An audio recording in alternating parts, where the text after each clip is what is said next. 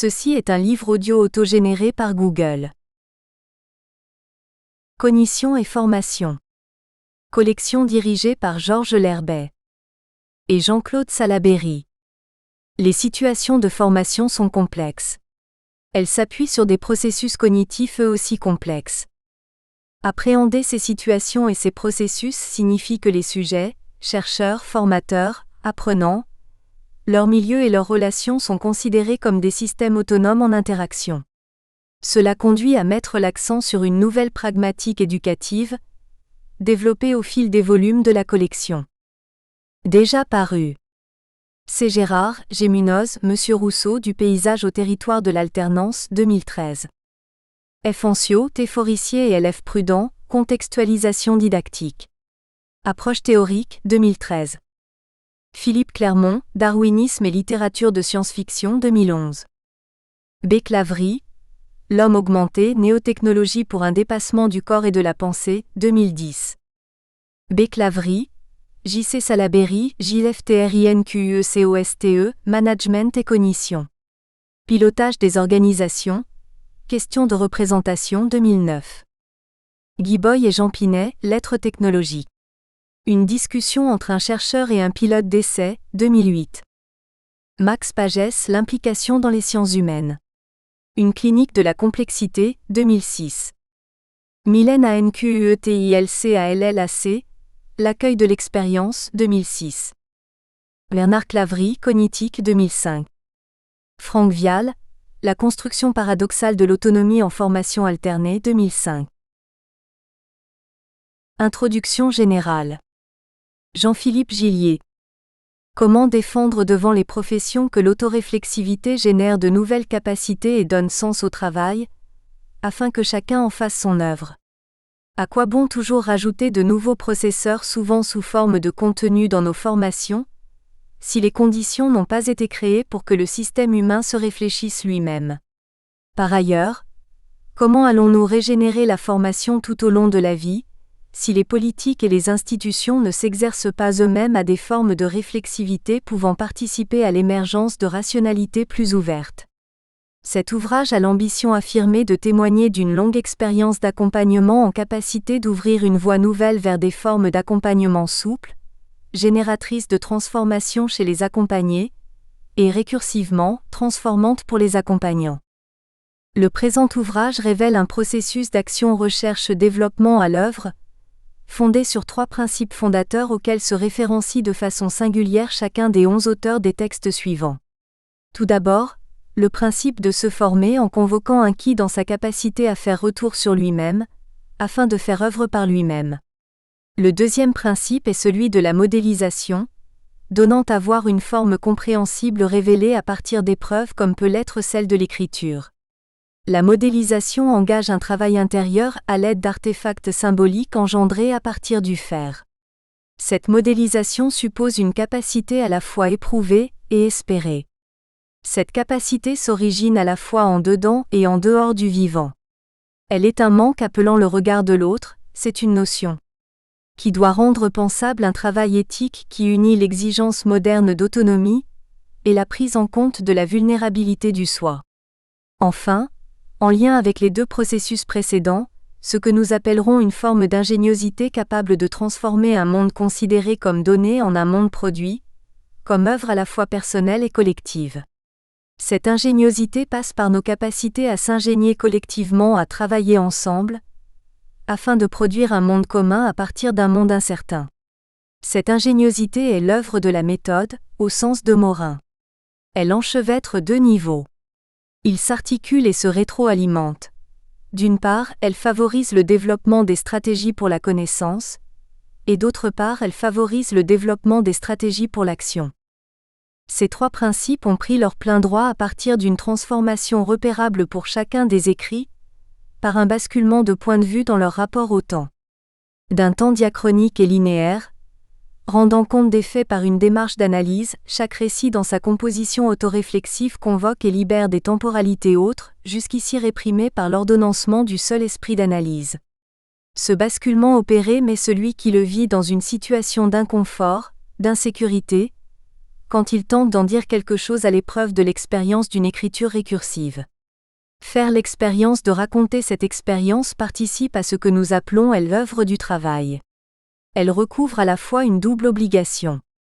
Elle est celle d'une part de répondre à une commande extérieure sans se défaire d'une commande intérieure, et celle d'autre part de produire une forme symbolisée, reliée et reliante, transformée et transformant. Forme non pas imposée, mais voulue pour participer à se relier au monde sans s'y perdre soi-même.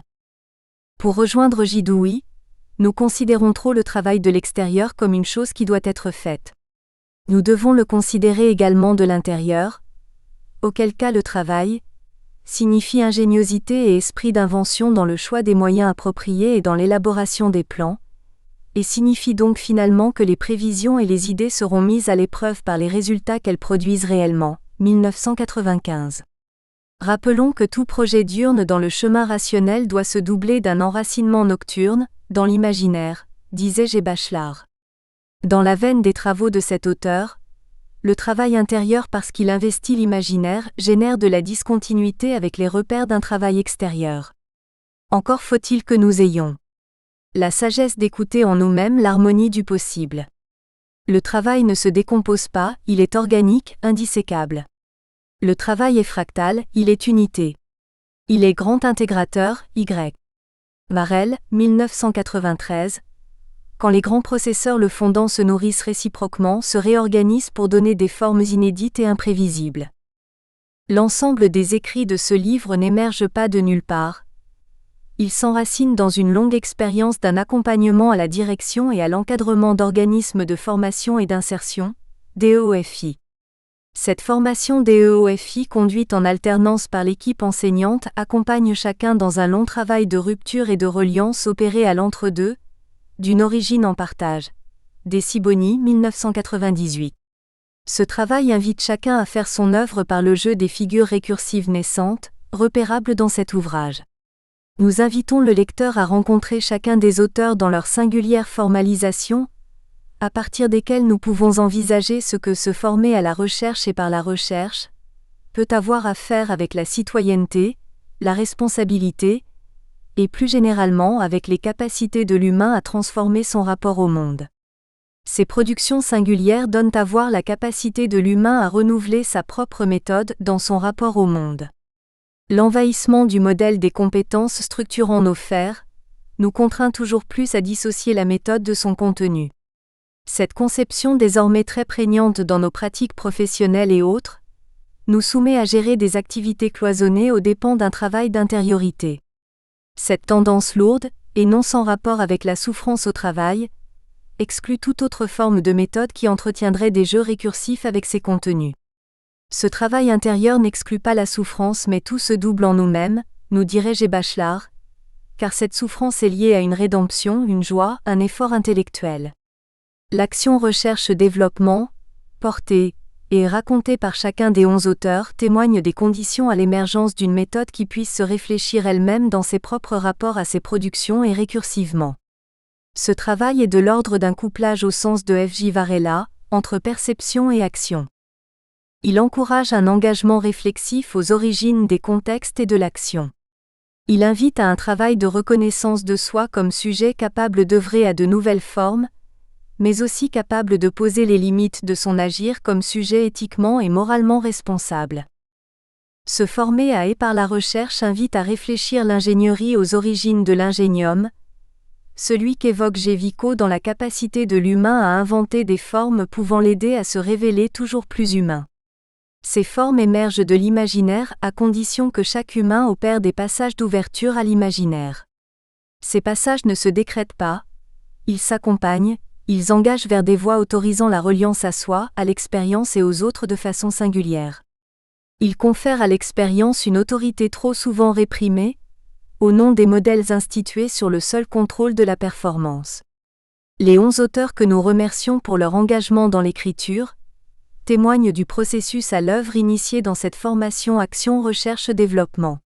Certains l'ont investi à partir de la formation du master DEOFI, d'autres à partir d'un accompagnement à la validation des acquis d'expérience.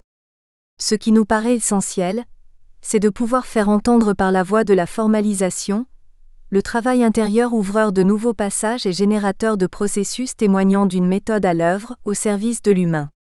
Bien au-delà du sens que chacun des auteurs peut témoigner, rappelons que l'ouvrage reste avant tout l'œuvre d'un travail collectif, paradoxalement couplé aux origines de chacun. Chacune des 11 productions investit l'une des 3 parties commentées, chronologiquement par Jean-Philippe Gillier pour la première, aux origines identitaires de la construction professionnelle, par Christian Gérard pour la deuxième, de l'œuvre de reconnaissance au travail de modélisation, et par Jean-Pierre Letourneux pour la troisième partie, aux origines de la problématisation du management. Première partie, aux origines identitaires de la construction professionnelle. Jean-Philippe Gillier. Les 3 auteurs de cette partie fondent leur contribution aux origines de leurs histoires d'accompagnement et de recherche.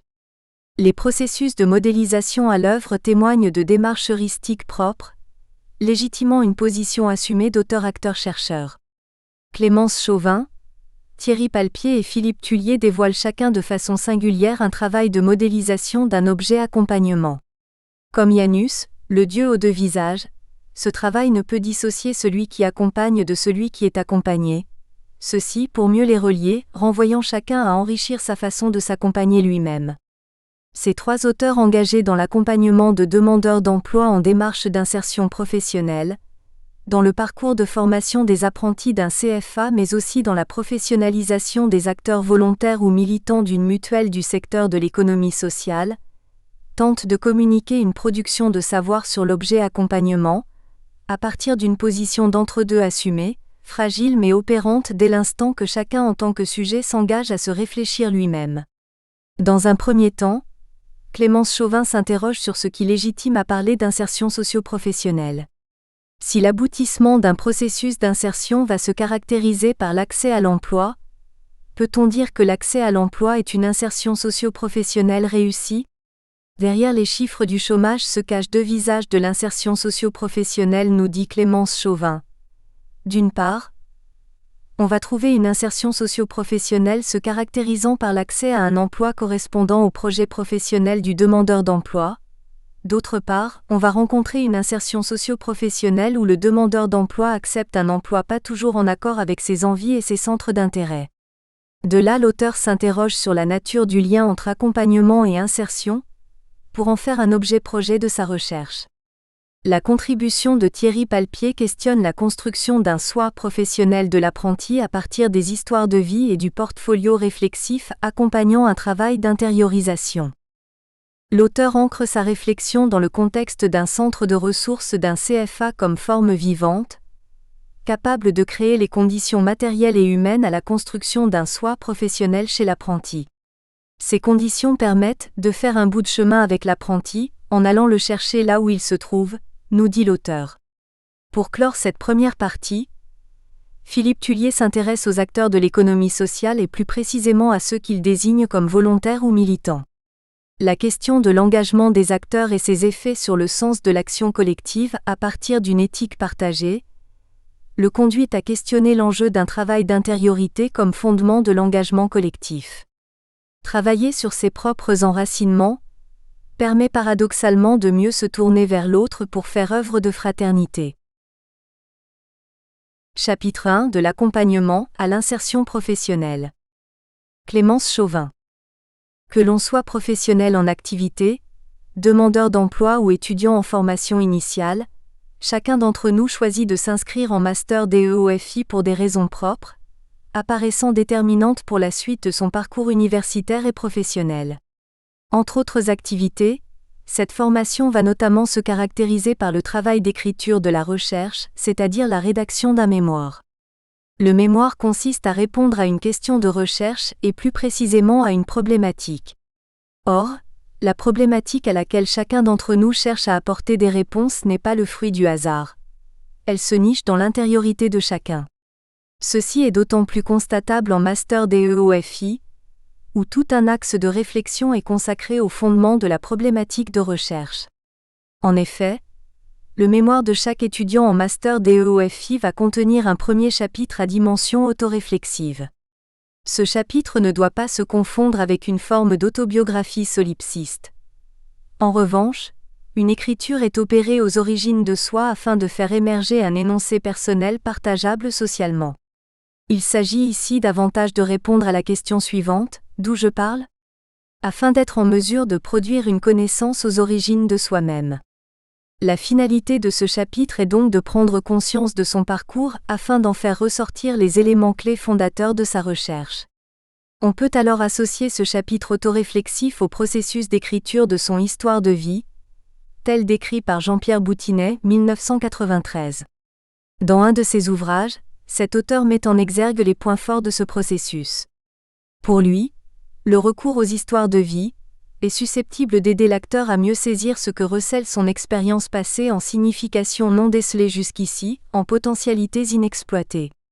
Ainsi, loin d'être une simple autobiographie, ce premier chapitre permet de prendre conscience de son parcours. Dans un travail de mémoire, l'écriture sur son parcours apparaît donc comme un moyen privilégié pour construire sa problématique de recherche. Deux situations particulières s'offrent alors aux étudiants. Soit ces derniers ont une idée bien précise de leur sujet de recherche et de leur problématique de recherche, soit ils sont dans le flou et tout reste à définir. Dans le premier cas décrit, bien que certains étudiants puissent dès le départ avoir une idée précise de leur problématique, l'écriture réflexive sur soi permet de comprendre le pourquoi de cette thématique de recherche. De plus, cette démarche autoréflexive permet aux étudiants d'affiner et préciser leurs problématiques. Ainsi, écrire sur son parcours s'avère indispensable pour chaque étudiant. Ceci est d'autant plus important pour les étudiants quand la problématique de recherche est absente.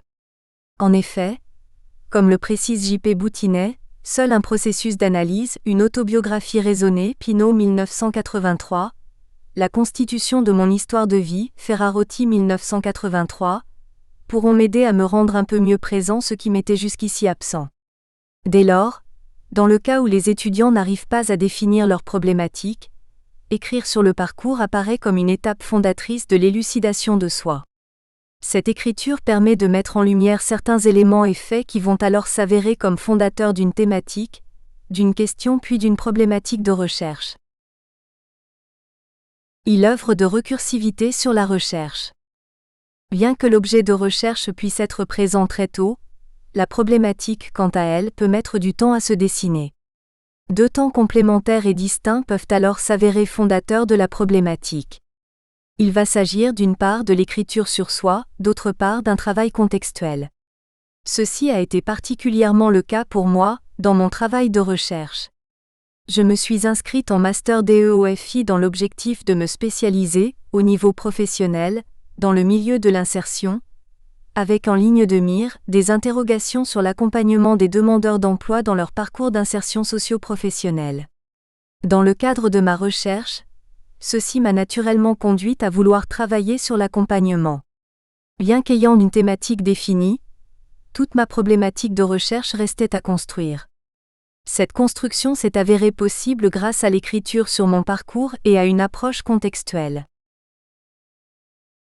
Le travail d'écriture comme force d'élucidation. Écrire sur son parcours n'a pas été évident à mettre en place. En effet, étant étudiante issue de la formation initiale et ayant peu d'expérience professionnelle, si ce ne sont mes stages et mes jobs d'été, je ne voyais pas en quoi ce processus d'écriture allait me permettre de préciser ma problématique. Néanmoins, malgré une forme de réticence à débuter cette démarche autoréflexive, je me suis lancée dans le grand bain. Pour débuter, j'ai écrit et décrit mon parcours de manière chronologique. À la suite de cette première écriture et sous les conseils de mon accompagnatrice de recherche, j'ai tenté de faire ressortir des thèmes communs à mon histoire dans l'ensemble des tranches de ma vie. Cette étape avait également pour but de donner plus de relief à mon histoire de vie, pour commencer à en faire ressortir des éléments clés.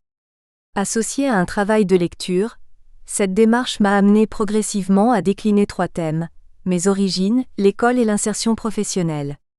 Assez brièvement, est ressortie de mon histoire de vie une grande attache à mes origines sociales et généalogiques porteuses de fortes valeurs, telles que l'entraide. De plus, ce travail aux sources de mes origines m'a permis de comprendre pourquoi je souhaitais travailler dans le milieu de l'insertion.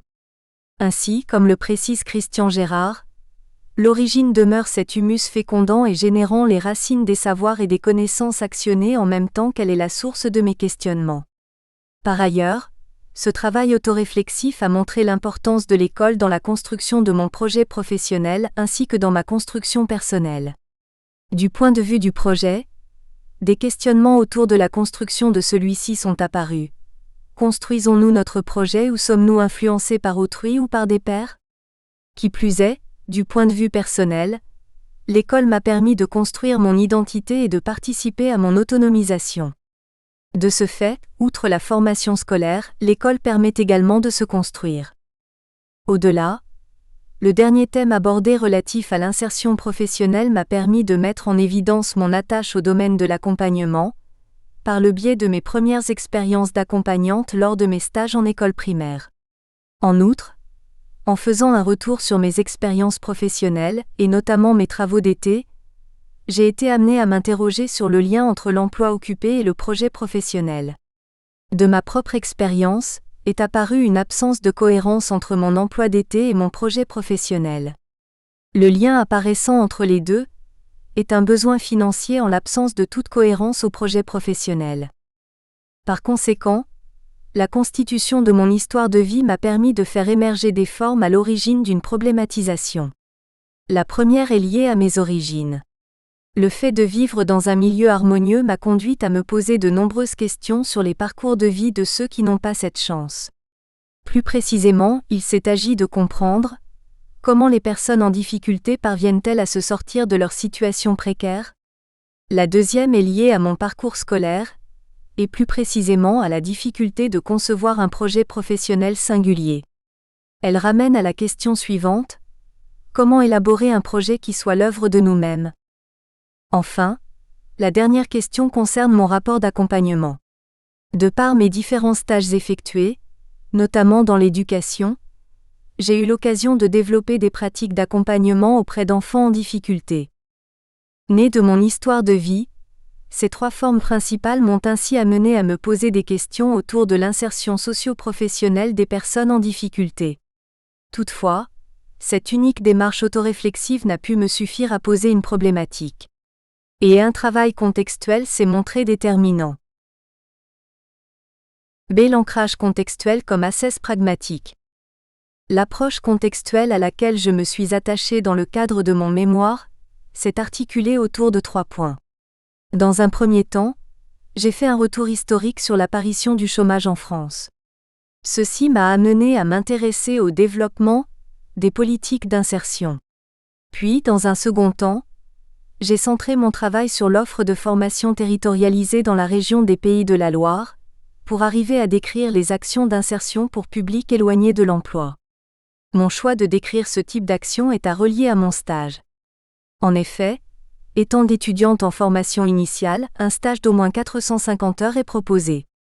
Cette immersion sur le terrain, je l'ai effectuée au sein d'un centre de formation et d'insertion professionnelle.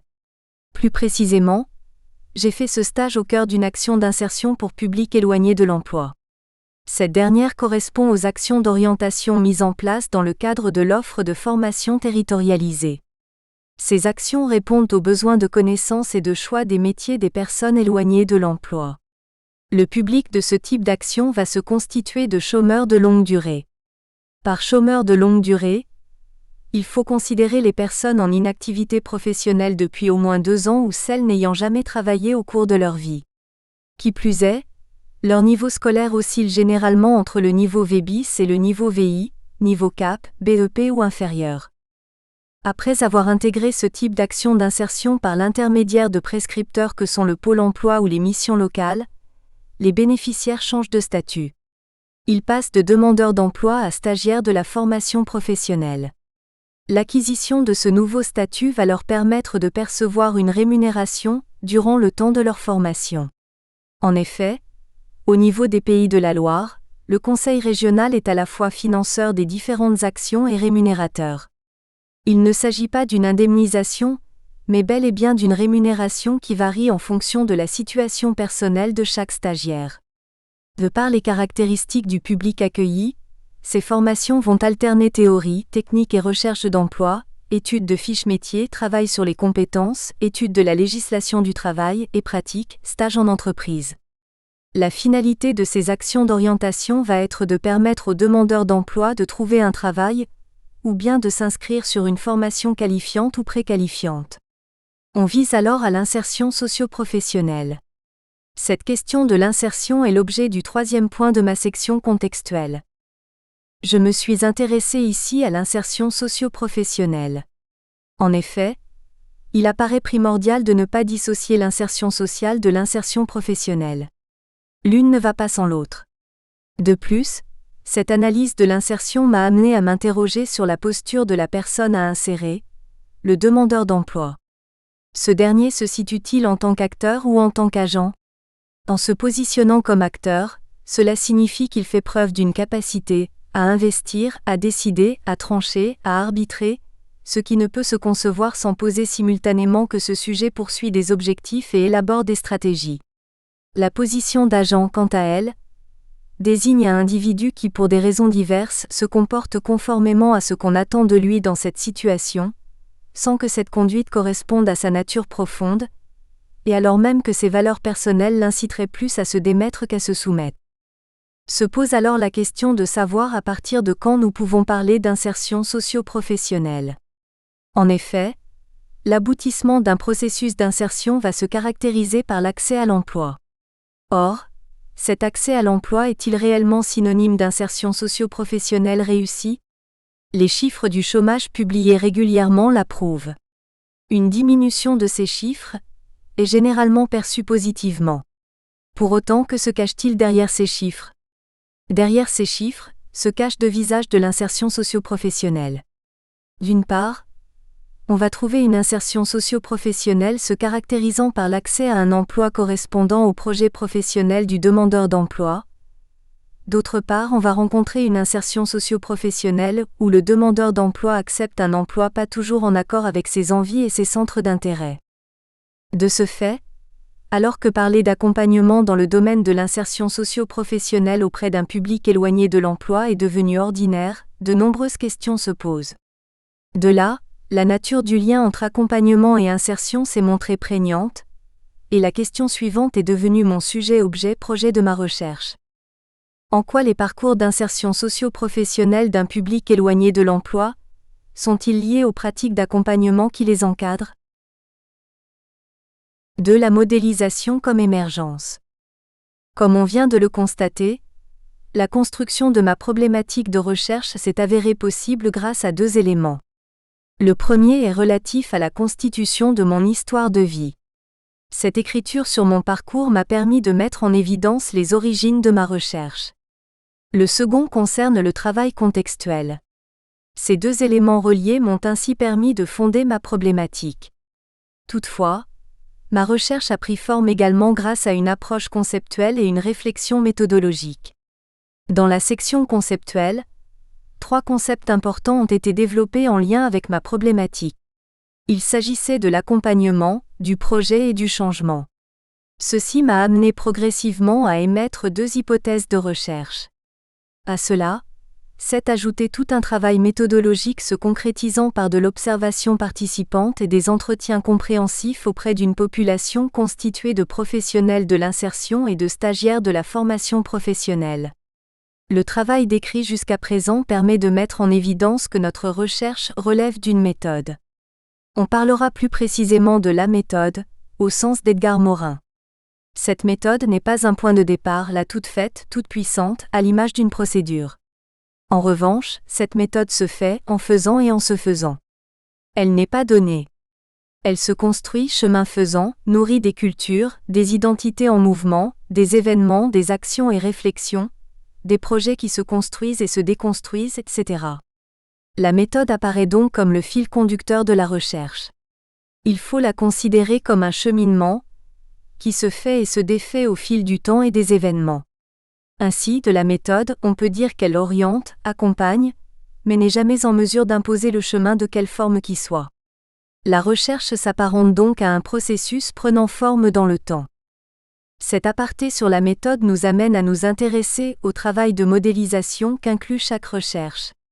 Pour comprendre ce que l'on entend par modélisation, référons-nous aux propos de Jean-Louis Lemoigne. Pour ce dernier, la modélisation est une action d'élaboration et de construction intentionnelle par composition de symboles, de modèles susceptibles de rendre intelligible un phénomène perçu comme complexe. Modéliser consiste donc à réfléchir son action et actionner sa réflexion. Dans une recherche consignée dans un mémoire, la modélisation va permettre de rendre accessible notre recherche dans le but qu'elle puisse être perçue par tous. Le fait de rendre intelligible toute action va nécessiter de passer par des formes de modèles. Dans les faits, la modélisation va se définir comme un processus constitué d'étapes qui vont se dérouler dans le temps. Ce travail de modélisation, associé à notre objet de recherche, permet de mettre en évidence un fonctionnement de ce processus. Dans les faits, la modélisation a consisté dans un premier temps à analyser l'ensemble des entretiens réalisés. Cette analyse s'est avérée possible grâce à l'utilisation d'une première grille faisant référence au travail conceptuel. Grâce à celle-ci, un premier niveau de lecture a pu être fait. Ensuite, un second niveau de lecture a été réalisé par le biais d'une grille de lecture des hypothèses. Cette grille nous a alors permis de répondre à notre problématique de départ et dans le cas précis, de mettre en évidence la nature du lien entre les pratiques d'accompagnement et les parcours d'insertion socio-professionnelle des demandeurs d'emploi. Afin de rendre le plus intelligible possible cette recherche, une modélisation sous forme de schéma a été construite. Celle-ci reprend les éléments de la grille d'analyse des hypothèses mais se voit utilisable par tous, quel que soit le parcours de chaque demandeur d'emploi. Au final, l'ensemble du travail de recherche va se caractériser par des enseignables. Ces derniers vont se décrire comme des connaissances actionnables. Celles-ci font référence aux apports et résultats de la recherche entreprise. Il s'agit en quelque sorte d'apporter des réponses à notre problématique de départ. De manière générale, les enseignables relatifs à toute recherche et notamment à toute recherche entreprise dans le cas du master DEOFI vont se caractériser par 3 temps distincts mais complémentaires. Pour cela, référons-nous au modèle du système humain se formant développé par Christian Gérard dans son ouvrage Pour une œuvre de la complexité en éducation. Le premier temps concerne l'engagement dans la recherche. Celui-ci va notamment se caractériser par l'écriture sur son parcours et par la démarche autoréflexive. Par l'autoréflexion, il faut entendre le processus qui renvoie à un retour méditatif, producteur de sens et de savoir, et ceci se faisant aux origines même de l'expérience potentielle de l'humain. On se situe ici dans le courant de la phénoménologie. Il va alors s'agir de mettre en exergue les enracinements de notre recherche. Ce premier chapitre s'inscrit donc dans une approche compréhensive. On écrit pour déceler et comprendre les origines de notre thématique de recherche, et ainsi fonder notre problématique. Bien que cette étape apparaisse primordiale pour la construction de la recherche, elle ne peut se suffire à elle-même. Il faut alors se dégager de l'en-soi. Le deuxième temps de la recherche va ainsi se caractériser par le dégagement. Ceci va se définir par des temps de réflexion sur des objets extérieurs, et notamment par la conceptualisation. Il va s'agir de porter son regard sur des auteurs et leur positionnement sur telle ou telle thématique. Loin de faire un inventaire du positionnement de chaque auteur, il va être question au final, de se positionner soi-même. En outre, ce deuxième temps va également se concrétiser par des rencontres sur le terrain. En effet, il apparaît important de consacrer des instants de rencontre avec la population directement concernée par notre objet de recherche. Tenter d'échapper à ces temps d'échange, c'est prendre le risque de passer à côté d'éléments relativement importants pour la suite de la recherche. Seul un couplage concept-terrain pourra permettre de conduire une recherche digne de qualité et pouvoir accéder au troisième temps. Le dernier et troisième temps de la recherche va se traduire par les connaissances actionnables. Ce temps ultime est l'occasion de mettre en avant les enseignables de la recherche. Par un travail de modélisation, il va s'agir de rendre intelligible notre action par le biais d'un modèle. Ces 3 temps qui viennent d'être décrits démontrent la complexité liée au processus de recherche. Il faut ici entendre la complexité au sens d'Egdard Morin. Pour ce dernier, la pensée complexe est animée par une tension permanente entre l'aspiration à un savoir non parcellaire, non cloisonné, non réducteur, et la reconnaissance de l'inachèvement et de l'incomplétude de toute connaissance. Ainsi, il faut considérer les temps d'engagement, de dégagement et de connaissances actionnables comme complémentaires les uns des autres et évoluant au cours du temps. Ce paradigme de la complexité est d'ailleurs à rapprocher de la construction de la problématique. Pour Christian Gerard, la naissance d'une problématique de recherche se fait chemin faisant, en oscillant entre une autoréflexion, à savoir une réflexion du chercheur sur son singulier parcours, sur son expérience, en l'historicisant, sur ses intégrations conceptuelles, et sur le parti pris épistémologique se construisant chemin faisant au travers de cette complexité à l'œuvre. Ainsi, la problématique prend sens par un aller-retour continuel entre un cadre auto-référencé et un autre hétéro-référencé.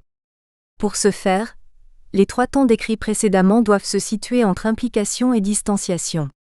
D'après Christian Gerard, la distanciation rend compte d'une action des processus consistant à dédoubler son regard entre une expérience intimement vécue et une représentation mise à distance. Se distancier consiste donc à réfléchir son action. L'implication, quant à elle, traduit le processus biosocio-anthropo-cognitif actionné à partir d'un bagage conceptuel conscientisé. On se situe ici réellement dans la prise de conscience de son action. Par conséquent, bien que le travail de recherche puisse se découper en plusieurs étapes, il apparaît important de ne pas les considérer comme une procédure. Ces étapes vont s'entremêler et prendre sens au travers du temps. La recherche va pouvoir se construire uniquement par un aller-retour continuel entre des temps davantage à dimension autoréflexive que réflexive. Travail sur des auteurs et leurs concepts, travail sur le terrain, etc. C'est seulement en alternant et oscillant entre intériorité et extériorité que des connaissances actionnables, aussi bien à dimension professionnelle que personnelle, pourront être mises en avant. 3. Retour sur une expérience singulière. Les paragraphes précédents rendent compte d'un processus de recherche mis en œuvre dans le cadre d'un mémoire. Il s'agit ici d'un processus singulier, propre à chacun mais aussi propre au master DEOFI. Il convient à présent de mettre en exergue les connaissances actionnées dans le cadre de cette année en DEOFI. Tout d'abord, d'un point de vue universitaire, cette année d'études m'a permis de découvrir une nouvelle façon de penser et d'agir. Ceci est surtout notable au niveau du travail de recherche.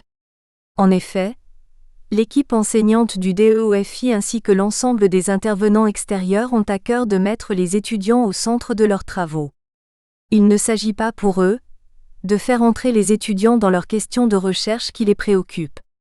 Au contraire, il apparaît primordial que chaque chercheur s'inscrive dans une problématique qui lui est caractéristique. Ceci explique la présence du chapitre autoréférentiel présent au début de chaque mémoire.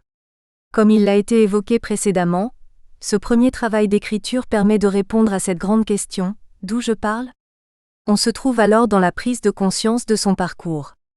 De cette prise de conscience, va découler une meilleure compréhension du pourquoi de son travail de recherche. En outre, cette écriture sur soi va apparaître comme un outil à la construction de sa problématique. De par une réflexion sur son parcours, l'étudiant va être en mesure de poser certains questionnements et ainsi problématiser. Ainsi, le travail de recherche effectué dans le cadre du master DEOFI se révèle être au service de l'étudiant et notamment de sa professionnalisation. L'expérience en DEOFI va se montrer professionnalisante pour l'ensemble des étudiants, qu'ils soient professionnels en activité, demandeurs d'emploi en formation ou étudiants en formation initiale. Prenons le dernier cas dans lequel nous nous situons. Le master DEOFI se présente comme un master à dimension professionnelle. Ceci va notamment se caractériser par le stage obligatoire d'au moins 450 heures. Toutefois, la dimension professionnelle va également se trouver dans les enseignements proposés et surtout dans le travail de recherche. Étant donné que chaque étudiant est amené à travailler sur une question de recherche qui lui appartient, on peut penser qu'au final, le mémoire va se révéler être un outil à la professionnalisation. Ceci a été le cas pour mon propre parcours. En effet, dans mon mémoire, je me suis intéressé à la nature du lien entre les pratiques d'accompagnement des professionnels de l'insertion et les parcours d'insertion socio-professionnelle des demandeurs d'emploi. Après un long travail d'écriture mêlant approche conceptuelle et travail sur le terrain, je suis parvenu à extraire des enseignables pour la recherche. Loin d'être de simples réponses à ma problématique, ces connaissances actionnables se révèlent professionnalisantes. En effet, ma recherche m'a permis de me construire ma propre vision de l'accompagnement. Ceci reflète la concrétisation de mon travail. Bien que dès les premières semaines en DEOFI, je me suis intéressée aux questions de l'accompagnement, ma conception de celui-ci restait encore floue. Je restais dans certaines représentations, sans trop savoir si elles me correspondaient ou non. Or, le travail de recherche ainsi que l'ensemble des enseignements m'a conduite, chemin faisant, à dessiner un processus d'accompagnement relatif au parcours d'insertion socio-professionnelle. Brièvement, mon travail de recherche m'a conduite à décrire l'accompagnement à l'insertion socio-professionnelle comme une perpétuelle alternance-oscillation. Ceci va concerner à la fois l'accompagnant et l'accompagné. Pour l'accompagner, il s'agit d'accepter d'entrer dans une démarche autoréflexive. Cette démarche peut s'avérer difficile à mettre en place. En effet, le demandeur d'emploi doit accepter de faire un retour sur son histoire et parfois sur des périodes difficiles de sa vie. Ceci va pouvoir demander du temps. Le temps va d'ailleurs être un allié précieux à l'accompagnement. Or, c'est seulement par ce processus d'histoire de vie que la construction d'un projet professionnel sera possible. D'ailleurs, l'accompagnant va être présent pour permettre à la personne en insertion de se dégager à des moments donnés, de son parcours et aller vers le futur. C'est seulement en alternant et oscillant entre intériorité et extériorité qu'un changement externe, c'est-à-dire l'autonomie, pourra se développer. Ainsi, l'accompagnement à l'insertion socio-professionnelle et plus spécifiquement à une insertion socio-professionnelle réussie, va se caractériser à la fois par une implication et une distanciation permettant à l'accompagné de construire son projet et de développer son autonomie. Jusqu'à présent, nous avons évoqué les apports de cette année en DEOFI d'un point de vue universitaire et professionnel. Néanmoins, un autre aspect reste à préciser. Il s'agit des bienfaits personnels. Ce dernier point est à relier aux deux autres. De prime abord, il apparaît important de rappeler l'organisation du Master DEOFI. Celui-ci est organisé sous un principe d'alternance. Chaque mois, une semaine de formation est proposée. Les autres semaines sont consacrées à l'activité professionnelle, au stage ou bien encore au travail de recherche. Cette alternance se révèle être extrêmement bénéfique. En effet, le fait que la promotion puisse se retrouver durant une semaine et ce tous les mois est fort enrichissant. Ceci permet de nombreux échanges, que ce soit sur des questions professionnelles ou de recherche. Concrètement, des moments de parole sont proposés permettant à qui le veut, de s'exprimer sur l'avancée de ses travaux ou sur une toute autre question. Prenons appui sur le mémoire. Le mémoire est un travail personnel, mais qui néanmoins, ne peut prendre forme sans un travail collectif. Le rapport aux autres permet d'avoir un regard différent et nouveau sur les travaux que l'on conduit. Il n'est pas toujours évident pour le chercheur de se distancier par rapport à son travail d'écriture. Celui-ci est ancré dans sa recherche et prendre de la distance vis-à-vis de celle-ci demande un grand travail. Or, le fait d'avoir l'opportunité d'échanger avec un collectif permet cette distanciation. Celle-ci peut parfois s'avérer douloureuse. En effet, de nombreuses remises en question peuvent naître et bouleverser tout un travail ayant mis plusieurs semaines à voir le jour. Pourtant, ce sont ces nombreuses interrogations et doutes qui font avancer. Ainsi, l'organisation du Master DEOFI est propice à la manifestation d'échanges et d'interrogations sur le travail de recherche de chacun. De même, ces moments d'échange officiels ou contextuels entre les étudiants peuvent s'avérer extrêmement utiles dans la résolution de situations professionnelles. Aussi, l'autre nous est indispensable pour avancer. Ceci va pouvoir se voir renforcé par la composition du collectif, comme c'est le cas en DEOFI. En effet, ce master est ouvert à un public extrêmement large de par les domaines d'activité, les situations professionnelles ou encore les âges. Ainsi, il n'est pas rare d'avoir au sein du même groupe des professionnels venant du monde de la formation, de l'insertion, de l'éducation ou bien encore de la santé. De même, certains peuvent être cadres, d'autres demandeurs d'emploi ou bien encore étudiants en formation initiale. Or, de la diversité des parcours dépend la richesse des échanges. En effet, de par son parcours, chacun va pouvoir apporter à l'autre à sa manière. En outre, le fait de ne pas être issu du même milieu professionnel va pouvoir représenter un avantage. Il est parfois intéressant d'avoir le regard d'une personne qui est étrangère à son environnement. Cette vision extérieure pourra être le moyen de mettre en œuvre une nouvelle pratique. Qui plus est, de par son manque de connaissances sur un quelconque domaine professionnel, cet étranger pourra être amené à poser des questions simples de premier abord, mais synonymes de remise en question pour le professionnel expérimenté. Ce rôle d'étranger peut notamment être tenu par les étudiants en formation initiale. Ces derniers vont avoir une expérience plus faible que les professionnels.